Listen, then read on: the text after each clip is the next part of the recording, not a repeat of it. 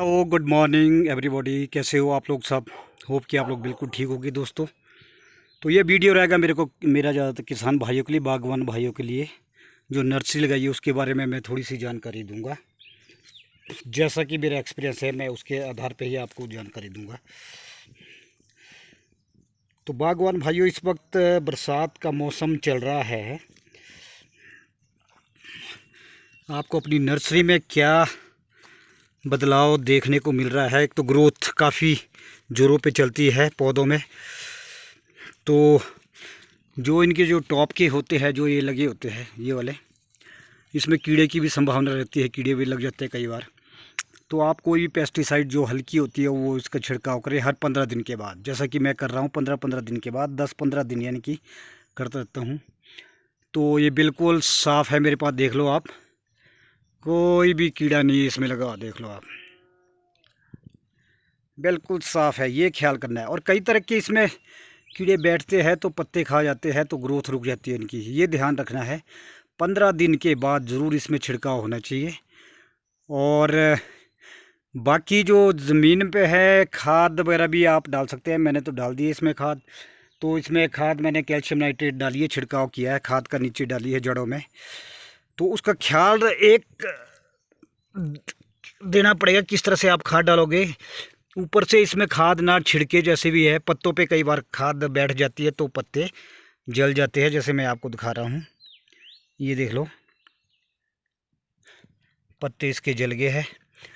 तो मैं आपको दिखाता हूँ, ये ज़रूर ख्याल रखना। ये वाले देख लो, ये वाले, ये देख लो, इस तरह के।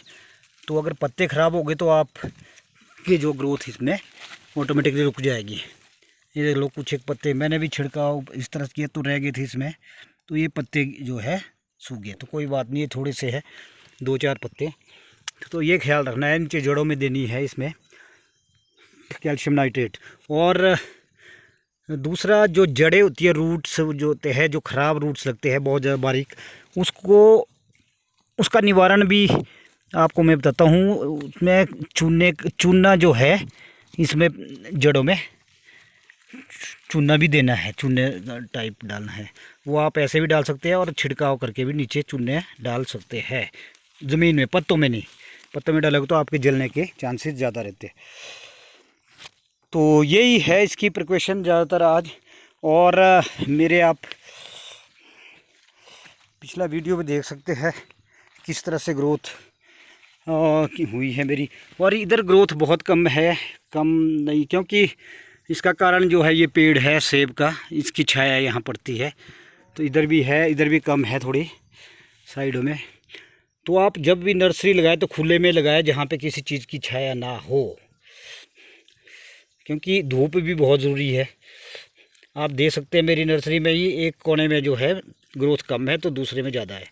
जहाँ धूप लगती है तो वहाँ अच्छी ग्रोथ है, जहाँ पे धूप नहीं लगती वहाँ कम है। ये नहीं कि कामयाब नहीं हो जाए, कामयाब हो जाएगी। ये देख लो, हो रही है, तो टाइम लगेगा। ग्राफ्टिंग के टाइम थोड़ा कोई छोटा भी रह सकता है।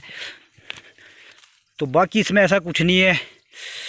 और ख़ासकर ये भी देखना है, जो दो मुँह हो जाते हैं, सेकेंडरी ब्रांचेस निकल जाती कई बार, वो भी ना निकलने दे। सेकेंडरी ब्रांचेस जो होती है, सिर्फ एक प्राइमरी सिंगल ब्रांच आप रखें सिंगल पौधे की,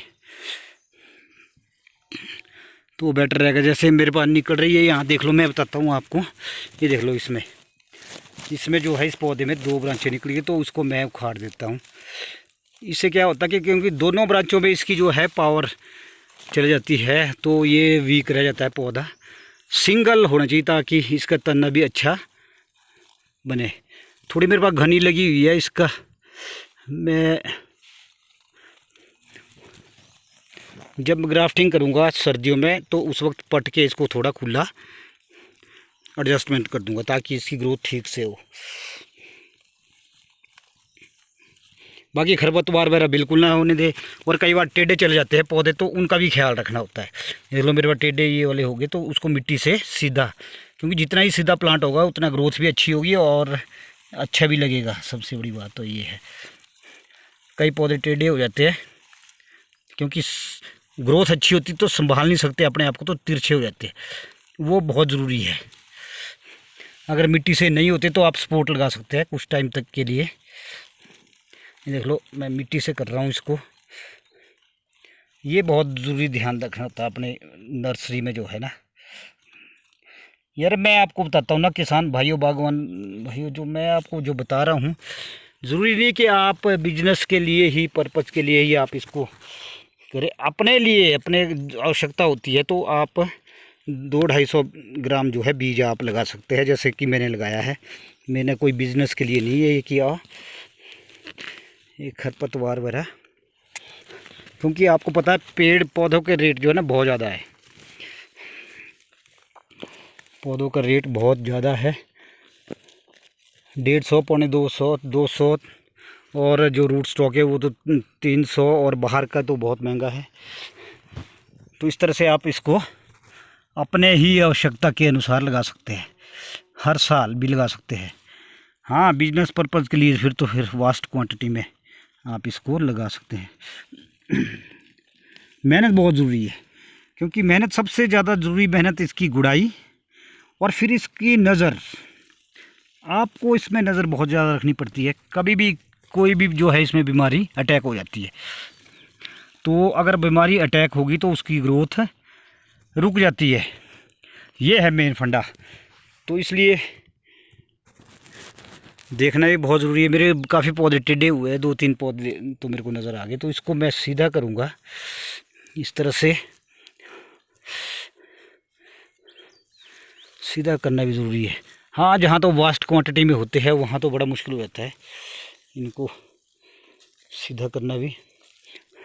ये किंग रोड का पौधा है, 2 साल का है अभी, क्योंकि पिछले साल इसमें गलत दवाइयाँ पड़ी थी, तभी आके इसमें फ़र्क, गलत ग्रोथ में प्रॉब्लम आई है। अदरवाइज तो काफ़ी अच्छा ग्रोथ हो जाना चाहिए। किंग रोड का है, ये भी है सामने, ये भी अच्छा ग्रोथ दे रहा है।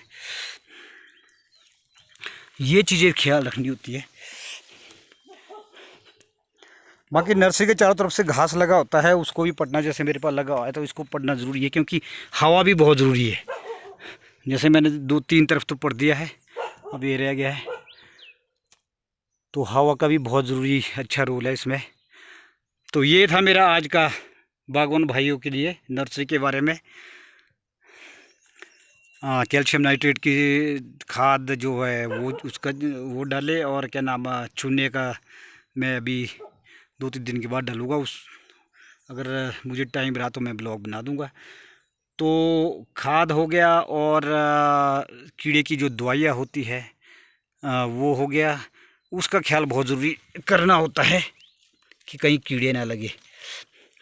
ये कुछ, बाकी तो ऐसा कुछ नहीं है, कुछ पढ़ना पड़ता है इसमें। आप देख लो, ये पत्ते जो है इसके ख़राब हो रहे पत्ते, तो इसमें अब मैं कल या परसों तक इसमें दवाइयाँ डाल दूँगा। अभी 10-1 दिन हुए हैं डाल के। ये चीज़ें होती है, बाकी कुछ नहीं है। तो दोस्तों, अगर मेरा चैनल आपको अच्छा लगता है तो प्लीज़ सब्सक्राइब करना ना भूले, बेल आइकॉन बटन भी प्रेस कीजिए ताकि हर नोटिफिकेशन मेरी आप तक पहुंच सके। तो इसी के साथ करते हैं क्लोज़। मिलेंगे नेक्स्ट ब्लॉग में। Bye bye, see you the next blog.